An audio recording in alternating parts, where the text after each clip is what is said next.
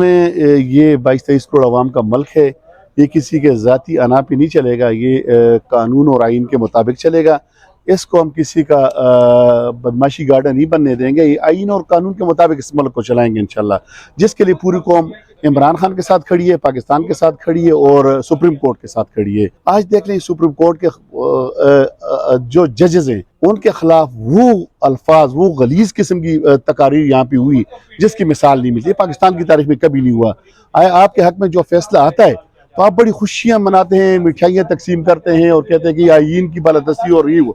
اور آج اگر کوئی آپ کے مفاد کے خلاف کوئی فیصلہ آتا ہے جو آئین اور قانون کے مطابق، تو آپ کیوں پریشان ہیں؟ آئیں مقابلہ کر لیں۔ میں کہتا ہوں کہ آپ کے پاس حکومت ہے، آپ کے پاس مشینری ہے، آپ کے پاس وسائل ہیں، آئیں مقابلہ کر لیں۔ ہمارے پاس تو کچھ بھی نہیں، ہم تو بیسر سامان صرف اللہ کی قدرت، اللہ کی ذات ہے اور نیچے ہمارے ساتھ عوام ہے۔ تو ہم انشاءاللہ مکمل طور پہ الیکشن کی تیاری کر رہے ہیں، تیار ہیں، اور 1 سال سے ہم کمپین میں ہیں۔ آپ دیکھیں یہ جو اس دن اعتماد کا ووٹ لیا، اعتماد قوم نے عمران خان پہ کر دیا۔ 37 الیکشن ہوئے ہیں ضمنی الیکشن اس 1 سال کے اندر، اس میں 30 الیکشن تحریک انصاف جیتی ہے اور 7 ہی جیتے۔ اس کا مقصد ہے کہ 80% قوم اعتماد کر رہی ہے عمران خان پہ اور 20% پہ ساری پارٹیاں جو 12-14 پارٹیاں ہیں، تو اعتماد کا ووٹ قوم نے عمران خان کو دے دیا، جس کے ان کو پتہ ہے یہ الیکشن سے اس لیے ڈر رہے ہیں کہ ان کو الیکشن میں اپنی موت نظر آ رہی ہے، اور الیکشن ہوگا انشاءاللہ، چونکہ ہمارا آئین کہتا ہے، سپریم کورٹ کہتا ہے، اور ہم اس سپریم کورٹ ہم آئین کی حفاظت کے لیے کھڑے ہیں اور عمران خان کے ساتھ کھڑے ہیں اور پاکستان کے ساتھ کھڑے ہیں۔ مجھے نہیں لگ رہا ہے کہ یہ مذاکرات کے لیے اگر یہ سیریس ہوتے تو یہ اس دن جو پرویز الہی صاحب کے گھر پہ جو حملہ انہوں نے کیا ہے، جو دعویٰ بولا ہے، ایسا تو کبھی فلسطین میں نہیں ہوا، ایسا تو کبھی کشمیر میں نہیں ہوا کہ 2 دفعہ چیف منسٹر بنائیں۔ اس سے پہلے وہ اسپیکر، بہت بڑا قد ہے اس بندے کا، اور اس کے باوجود آپ بختر بند گاڑی لے کے اس کا گیٹ توڑتے ہیں اور وہاں پہ خواتین کا آپ نے نہیں سنا ہے؟ یہ پاکستان کی تاریخ میں کبھی نہیں ہوا ہے، یہ تو ریاستی دہشت گردی بالکل۔ لیکن ان کو میں پھر سے کہتا ہوں کہ آپ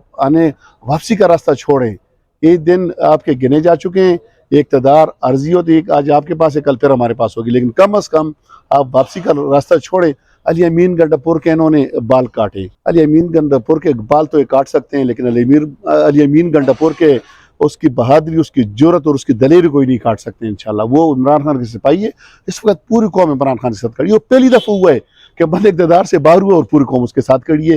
اور ان کے پاس تمام وسائل، تمام مشینری، اس کے باوجود الیکشن سے ڈر رہے ہیں،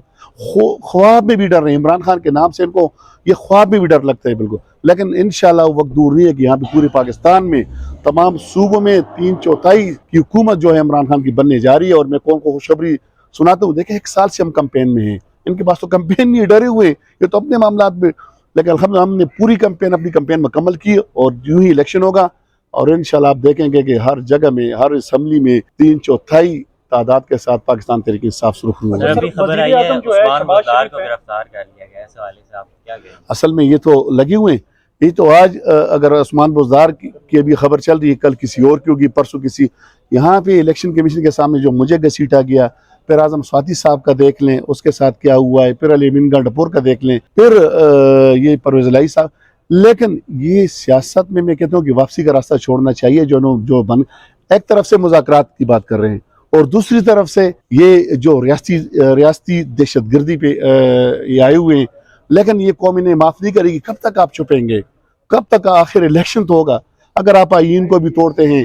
لیکن اس کے بعد بھی الیکشن ہی ہوگا، اور الیکشن میں انشاءاللہ ان کو یہ سزا کاٹیں گے اور یہ قوم سرخرو ہوگی انشاءاللہ۔ گنڈاپور کی گرفتاری ہو یا پھر پرویز الہی کے گھر پر حملہ، وہ حکومت تو لاعلمی کا اظہار کر رہی ہے، تو پھر یہ کروا کون رہا ہے؟ آپ کیا سمجھتے ہیں کون سی طاقتیں اس کے پیچھے؟ مکمل طور پہ حکومت کر رہی ہے، جن کی حکومت ہے جو ذمہ دار، میں کہتا ہوں کہ یہ جو کر رہے ہیں یہ